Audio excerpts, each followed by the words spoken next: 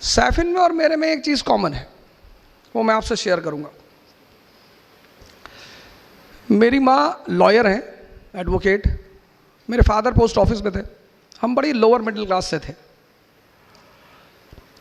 तो मेरे पिताजी ने मेरी माता जी को पढ़ाया। हमारे पास 10-10 बीघे ज़मीन थी उस वक्त। तो 5-6 बीघे ज़मीन तो माता जी को पढ़ाने में बिक गई, 5 बची। तो जब मैं बड़ा हुआ, बाहर निकला, बाहर पढ़ने के लिए मैं दिल्ली आया। फिर और पैसे की ज़रूरत पड़ी। मेरी बहन वो भी आई दिल्ली पढ़ने के लिए। पैसे तो थे नहीं घर में।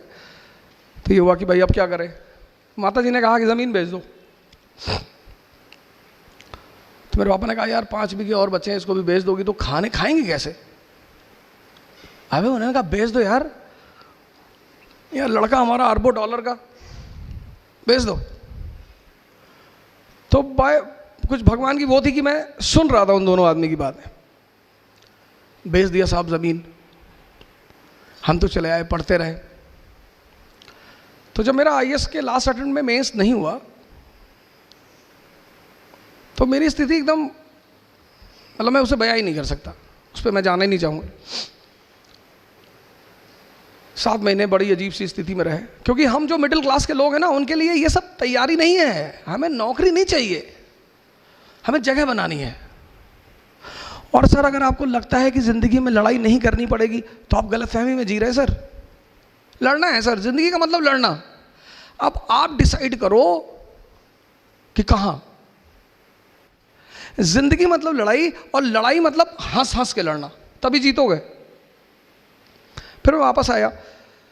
फिर मेरे एक दोस्त हैं, वो कोचिंग चलाते थे इलाहाबाद में। तो उन्होंने मुझे बुलाया, बोले अवध भाई हमारे एक पुराने टीचर हैं, वो भाग गए हैं, आप जरा आके पढ़ा दो। तो मेरी एक्सीडेंटल एंट्री हो गई इसमें। मैं पढ़ाने लगा। तो पहले दिन मैं गया पढ़ाने, तो करीब 50-50 लड़के थे, तो उसमें आधे से ज़्यादा चले गए।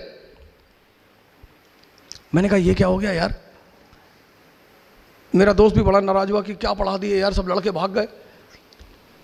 फिर मेरे एक सीनियर थे, मैंने कहा यार पढ़ाया तो मैंने बहुत। बोले यही गड़बड़ कर गए, ज़्यादा नहीं पढ़ाना, थोड़ा थोड़ा पढ़ाओ। ये पढ़े लिखे लोग हैं, बड़े, इनको बता दो करना क्या है, इनको स्पून फीडिंग मत करो। फिर मैं पढ़ाने लगा। पढ़ाते पढ़ाते एक नया लाइफ मिली। फिर इस फील्ड में मालिक ने शायद सर पे हाथ रख दिया और कायदे की कहानी चल पड़ी। फिर मैंने कई सारी कोचिंग पढ़ाया। मैं बाद में वाजीराम में आ गया। वाजीराम में 20-20 हज़ार लड़के। और हमारा बॉस बड़ा अच्छा है, वो हमें लिफाफे में पैसा नहीं देता, बोरे में देता है। कहता बोरा ले आओ और भर लो। तो मैं अपने घर गया, तो जिनको हमने अपनी ज़मीन बेची थी, मैंने उनसे पूछा कितना पैसा लोगे। जितना तुम सोच सकते हो उसका डबल दूंगा, ज़मीन वापस कर दो। उसने कहा कि 20 लाख की है। मैंने कहा 40 ले लो, पर मेरे नाम पे कर दो। हमारे माँ बाप मतलब भगवान।